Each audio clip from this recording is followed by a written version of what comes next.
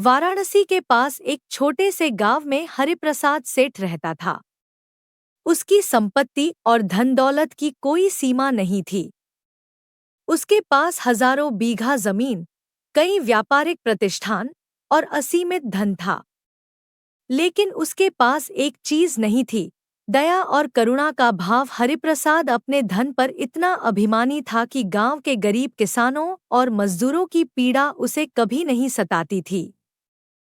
जब भी कोई उससे मदद मांगता, वह कठोर शब्दों में उसे भगा देता। मैंने मेहनत करके कमाया है, तो मुझे क्यों देना चाहिए? यही उसका जवाब होता। गांव में एक बुजुर्ग रहता था, जिसका नाम मोतीलाल था। वह अपने परिवार की देखभाल करने में असमर्थ था। उसके बेटे की मृत्यु हो चुकी थी और पोते को पढ़ाने लिखाने के लिए पैसे नहीं थे। जब उसने हरिप्रसाद से मदद मांगी, तो सेठ ने उसे बेरहमी से उसके महल से बाहर निकाल दिया। तुम्हारा क्या हक है मेरी कमाई में? हरिप्रसाद ने क्रोध से चिल्लाते हुए कहा। जा, अपना काम धंधा करो। एक रात एक संत हरिप्रसाद के महल में आया। उसके चेहरे पर दिव्य तेज था और आंखों में गहरी बुद्धिमत्ता छिपी थी। हे सेठ, संत ने कहा, तुम्हारा धन तुम्हारे कर्मों से बढ़ता है, लेकिन जो बीज तुम बो रहे हो, वही फल तुम्हें मिलेगा। हरिप्रसाद ने हंसते हुए जवाब दिया, मुझे कोई नहीं रोक सकता। मेरा धन मेरी शक्ति है। संत ने गंभीर स्वर में कहा, समय का चक्र कभी एक जगह नहीं रहता।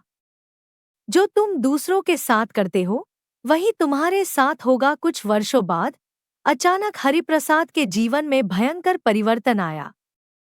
एक के बाद एक उसके व्यापार डूबने लगे।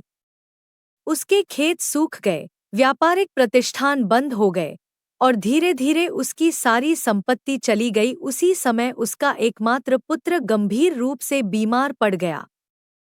चिकित्सा के लिए विशाल धन की आवश्यकता थी, लेकिन अब उसके पास कुछ नहीं बचा था। निराश और असहाय हरिप्रसाद उसी मोतीलाल के पास पहुंचा जिसे उसने कभी नहीं समझा था।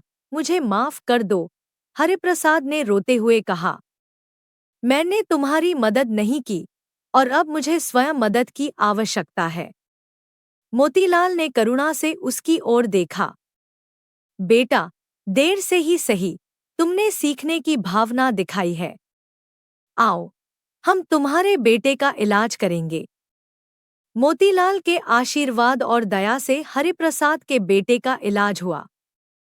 धीरे धीरे हरिप्रसाद ने अपने जीवन में बदलाव लाया। अब वह गांव के गरीबों की मदद करता, बच्चों की शिक्षा में योगदान देता और समाज की सेवा में लगा रहता। जीवन का सार इस कहानी से हमें एक महत्वपूर्ण सबक मिलता है, जैसी करनी वैसी भरनी। हमारे कर्म ही हमारी नियति निर्धारित करते हैं। 1. धन सच्ची खुशी नहीं लाता। 2. दया और करुणा जीवन के सबसे बड़े गुण हैं। 3. हर कर्म का अपना फल होता है। 4. कभी भी देर नहीं होती, सुधार संभव है। जो बोएगा वही काटेगा, यह जीवन का सनातन नियम है।